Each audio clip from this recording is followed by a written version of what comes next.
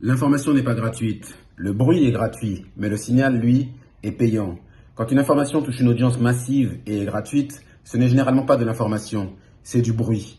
L'information est composée de deux éléments, le signal et le bruit. Le public général a tendance à opposer information et désinformation, alors que la véritable opposition, l'opposition pertinente en fait, est entre le bruit et le signal. Le signal, c'est ce qui permet de voir le monde plus clairement. Le bruit, c'est ce qui donne l'illusion de mieux comprendre le monde, tout en ajoutant de la confusion et de la distorsion.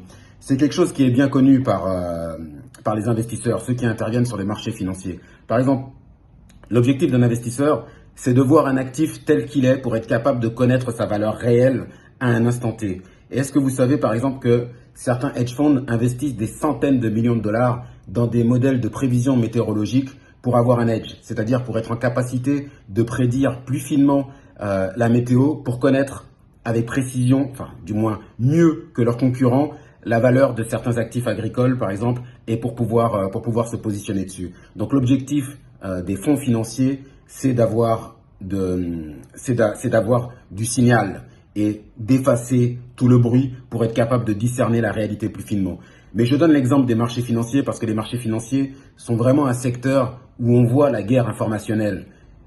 C'est un secteur où il y a beaucoup de mensonges, mais c'est un secteur qui est relativement franc en même temps parce qu'on voit les choses telles qu'elles sont, alors que dans la réalité, c'est rarement le cas. Mais sortons de l'exemple des marchés financiers et imaginons aussi l'exemple d'une agence de renseignement. Par exemple, l'objectif d'une agence de renseignement, quand elle veut comprendre comment fonctionne le pouvoir dans un pays étranger, elle va pas s'arrêter, comme le fait le citoyen lambda, à la représentation du pouvoir et se dire, bah tiens, c'est le président, c'est l'Assemblée, etc. Non, elle va essayer de comprendre où est réellement le pouvoir derrière l'apparence de représentation du pouvoir. Et en comprenant où est réellement le pouvoir, elle pourra exercer des pressions ici et là pour faire avancer ses propres objectifs. Donc comprendre la réalité telle qu'elle est, c'est-à-dire récupérer le signal et effacer tout le bruit, c'est être en mesure d'agir beaucoup plus finement sur le réel. Donc je le redis à nouveau, l'information n'est pas gratuite, le bruit est gratuit, mais le signal est payant. Le signal, il demande de l'effort, il demande de l'énergie, il demande du temps, il demande de l'argent.